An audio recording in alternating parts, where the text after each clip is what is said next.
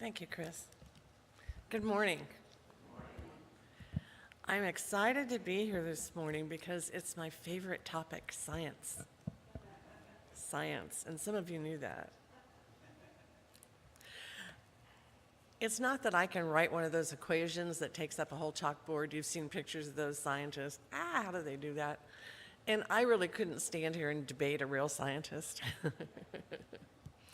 But I believe that science is continuing to prove the principles that we teach in this philosophy we call the science of mind, which is also called religious science. Aha, religious and science. And our text was written in 1939 by Dr. Ernest Holmes.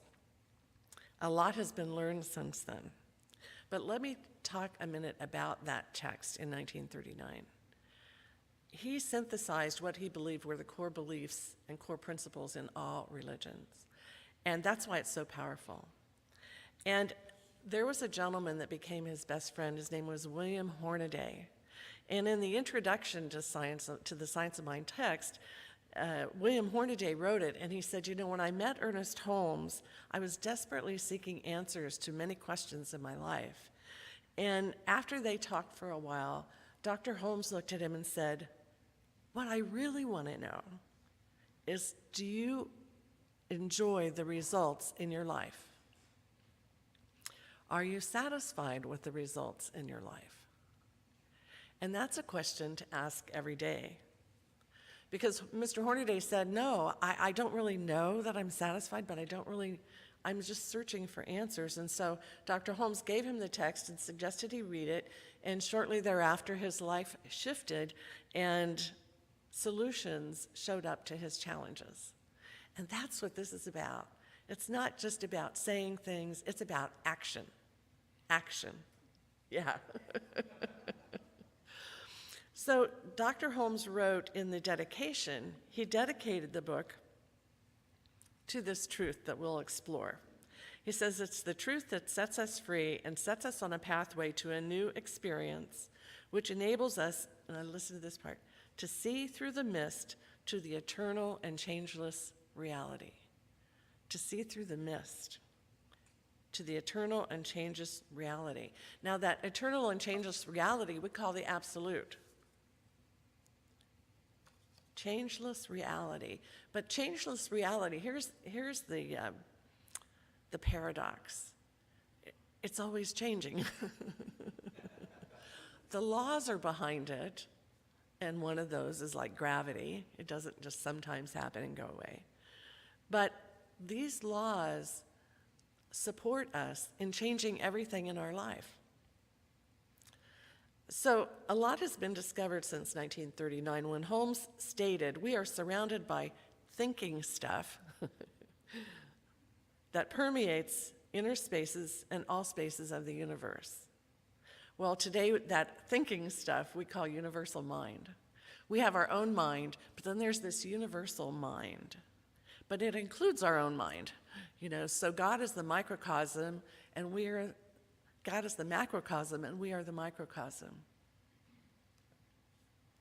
It's an interesting thing to think about, because we have our conscious mind that you're thinking with right now, hopefully. Of course you are. And it's decisive. It decided, I want to be here this morning. And it's aware. And it debates. And it looks at things and decides whether we like it or not.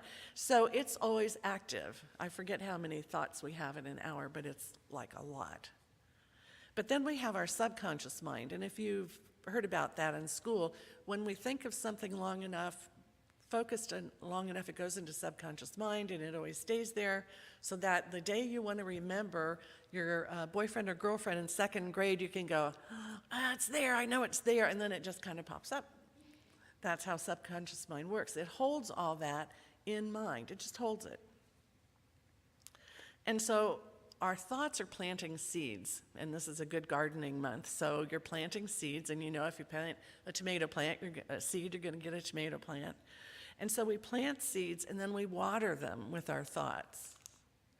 We're watering them, and watering them, and watering them, and then a plant grows. So we start with the seed of our thought, we plant it, we water it by continuing to either be thrilled about something or be very unhappy about something, and then the result shows up in our life, because that's how subconscious mind works. It's the creative process in our humanity. And so one of the things we learned here is to work to find out, well, what's in that thing called subconscious mind, because it's not always easily available. And that's why our classes help pull out from you what beliefs you're holding in subconscious mind. For example, a belief maybe, I'm not worthy of XYZ, a good relationship, a good job, a good car, lots of money. I'm not worthy. If that's been implanted in subconscious mind, it does show up, because subconscious mind only reacts to what we say. It doesn't say, that's a dumb idea. It just says, hey, that's what you want, you got it. And it works at the cellular level. It works at the microscopic level. If you've said, I can't achieve my goal in life, and you've planted that into subconscious mind, guess what? All right, don't achieve your goal in life. And the list goes on. And I bet for everyone here, you have your own list of things that you're watering. So I want to share with you from my book called The Practitioner Handbook, which I wrote a few years ago, an example of this, because it was one of my case studies. A church member sought the help of a practitioner because she was suffering a lot of pain over an old relationship. She was having extreme difficulty putting that person out of her mind. The practitioner found cause to be the fear of not being enough. The treatment focus was on being pure love and light. So cause was, I'm not worthy of having that relationship. I'm not good enough to have a relationship. So when a relationship left her, who wants to live with somebody who isn't worthy of being with you?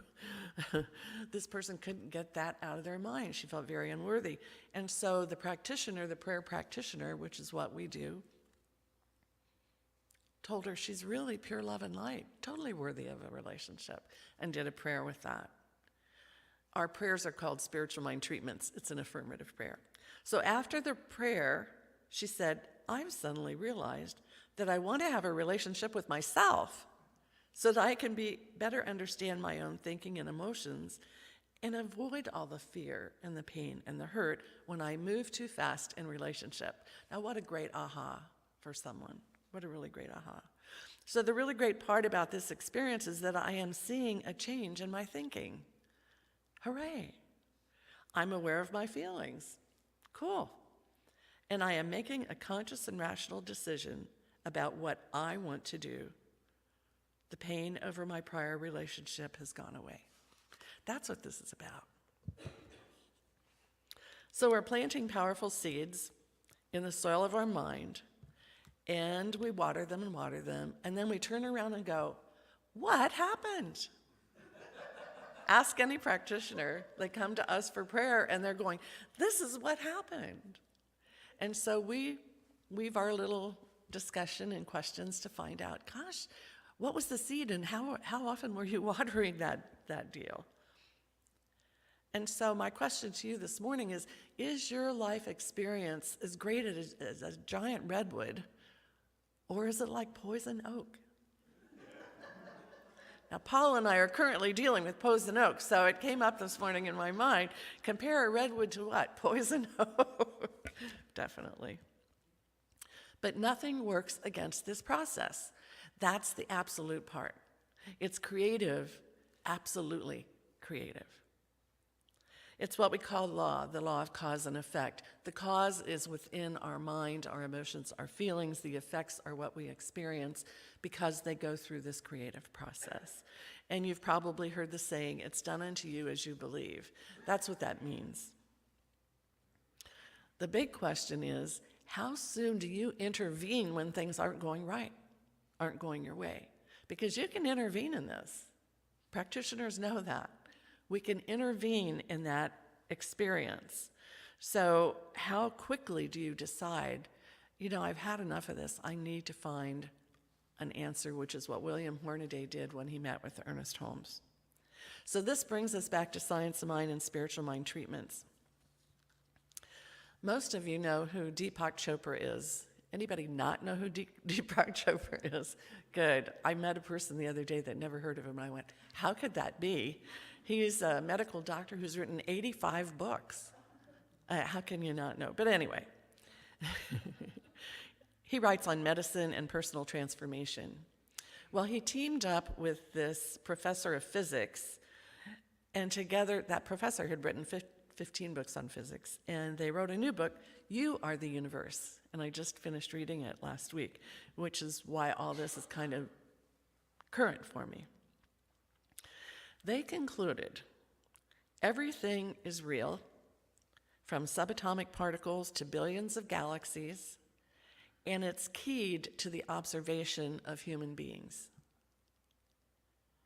It's keyed to the observation of us.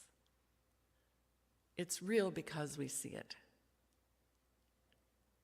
That's huge. That's really huge. Now, we know objects are solid like this podium. And if you had a electron microscope, you could put it under the microscope and finally you'd see little atoms just zipping around. But it's holding together as a solid object. Well, in Einstein's theory of relativity, podiums, chairs, buildings all react the same way to a universal law. Thank goodness, otherwise the room would be full and there would be no podium. And how many atoms are in this podium? You know, my mind just goes crazy with this stuff. But when you get beyond atoms, it's called the subatomic level. They don't operate like this. And Einstein gave it one word: spooky. Spooky. They're spooky. You can't predict them, but you really can. But they don't behave according to simple laws. They behave in two ways together. That's another spooky thing. They behave like waves and they behave like particles. Now, we know waves, like the wave of light from the sun. And you have a rainstorm and you have a rainbow. Where did that rainbow come? It was refracted light from the sun. And we love rainbows, and you can't capture them, and you try to find the gold at the end of the rainbow, and you never can get there. But that shows that white light from the sun has many different colors. And it's a wave of light. But sometimes a subatomic unit becomes a particle. And they call them photons. It's the smallest unit of energy, photons, which is a cool word. I think photons is impress your friends. Then scientists say our body is more than atoms and molecules, obviously, because we have an energy in our body so that you can go down to subatomic particles, the photons. But here's what they're also finding. Photons are emitted from our body by our intention. Like I was driving here this morning, said, okay, what's my intention this morning? That this talk flows beautifully and you understand it, and I get rid of the butterflies and I get to have a nap at 2 o'clock. That's my intention. And so I set that intention. And every day when I drive into church, I think, what's my intention? Sometimes it's joy. Sometimes it's clarity. Sometimes it's upping my determination to get something done. So what science is starting to connect with is our mental intention is the driver of the photons and what happens to them. It even changes the communication of our cells. That's a whole other topic that I dearly love, cellular biology. So not everything has been determined. And so our intentions play a big role in our life experience. Now, I have met men that say there are no good women in Redding, and I've met women who say there are no good men in Redding. Have an intention. Get rid of that intention, because everything is always changing. In 1930, Albert Einstein met with an Indian philosopher. His name was Tagore. And he asked Tagore, do you believe the divine is isolated from the world, separate from the world? And Tagore said, well, no. No, no, no. The entire universe is linked up with us. It's a human universe. It's all linked. Now, here's another fun thing. Did you know NASA's current inventory of the cosmos says only 4.6% of it is regular matter? 4.6 of the universe. But 24% is dark matter. And you know how they can see that? Because light bends when it's around a black hole. So they see the light bend, and they know there's a black hole there. But then 71.4% of the universe is made up of dark energy, and we don't see it. It's everywhere present. That dark energy is available. There was an eminent physicist, his name was Max Planck, and he put it this way: all matter originates and exists only by virtue of a force. We must assume behind this force the existence of a conscious and intelligent mind.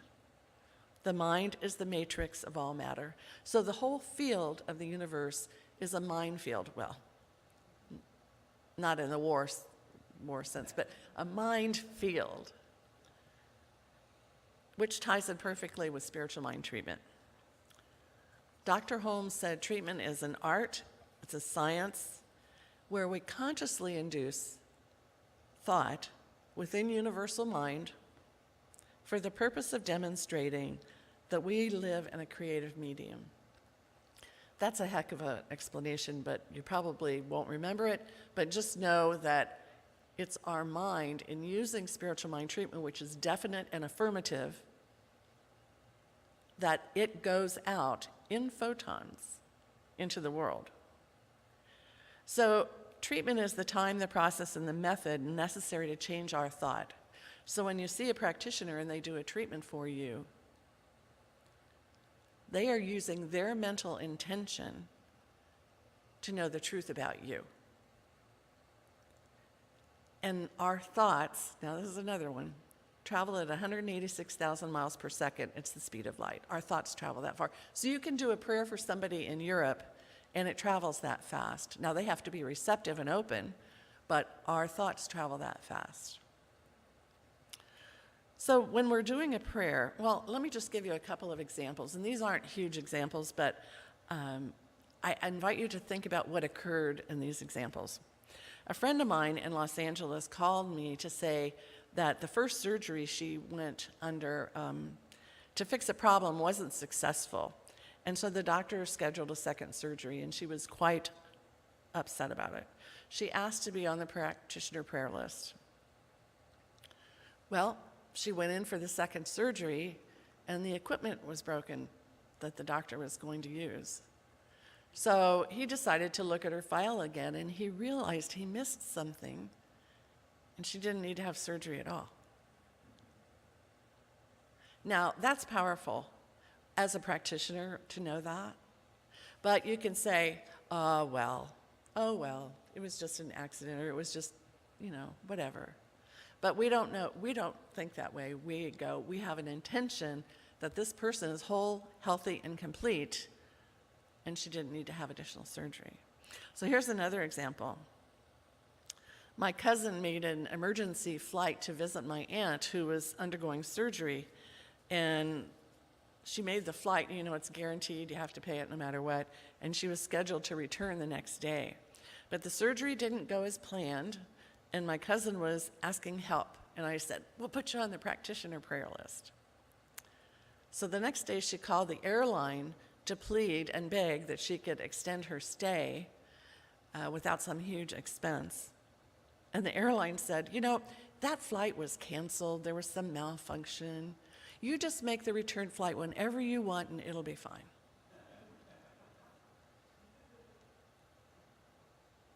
So be careful when you say the facts are the facts. We exist in a cosmos of quantum energy that mysteriously turns into or changes stuff. That's the juicy part. The key factor is that creation behaves based on our intention and our beliefs in subconscious mind. So the whole universe is rich with the creative process. And that is the interesting thing of calling it absolute, because you want to say, this is absolutely a book. Well, it's not really under a microscope, but there's more to life than that.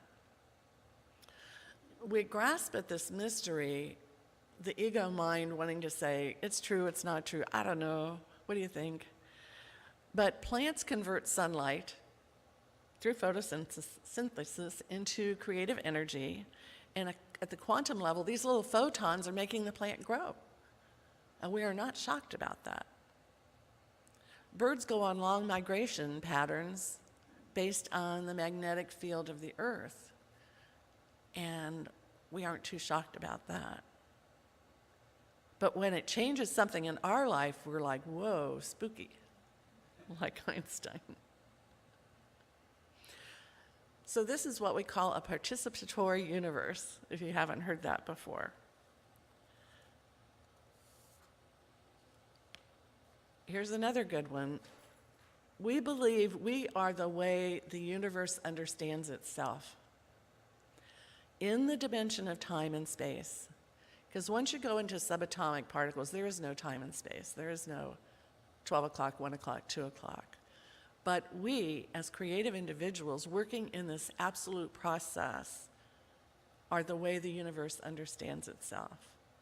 That's why we're so important to the evolution of the world.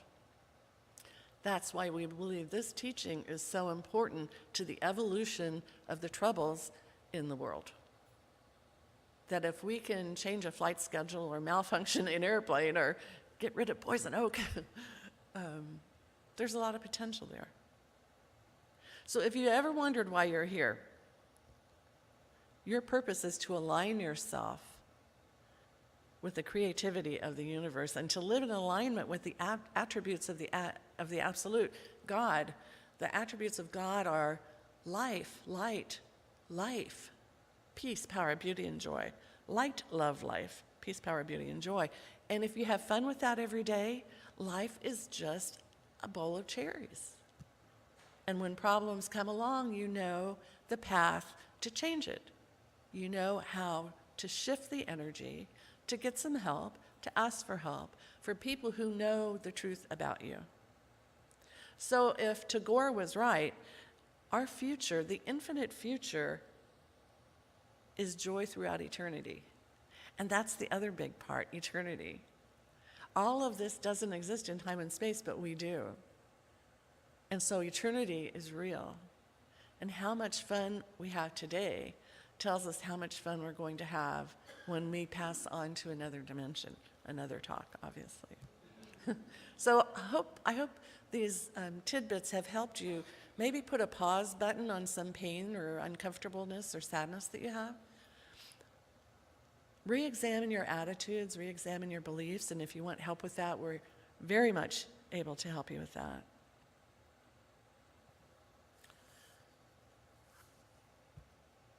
And if everyone here used a practitioner once a year to realign life, oh my gosh, we would change the whole consciousness of Ready. So I'd like to do a prayer about this.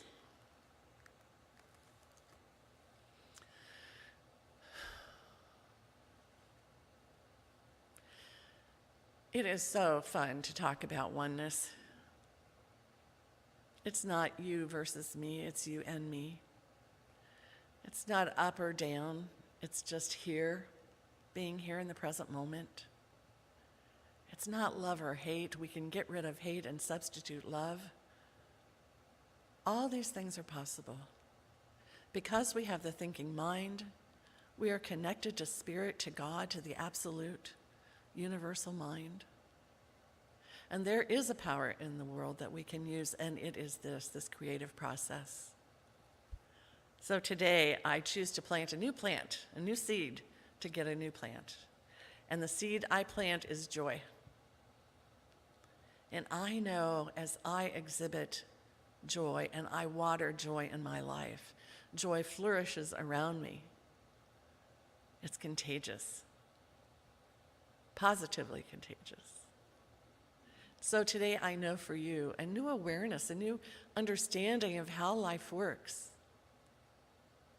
And now to have fun with it. So I know for you that this awareness propels you forward in new and exciting ways. Maybe calm and peaceful ways.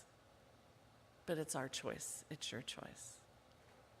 So I am so grateful to further understand this amazing process, the theory of relativity, but also the spooky parts of subatomic particles.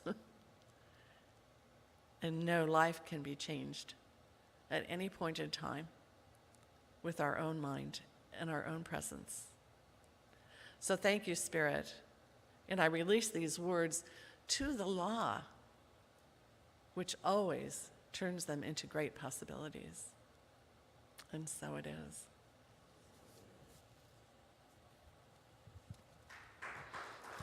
Thank you.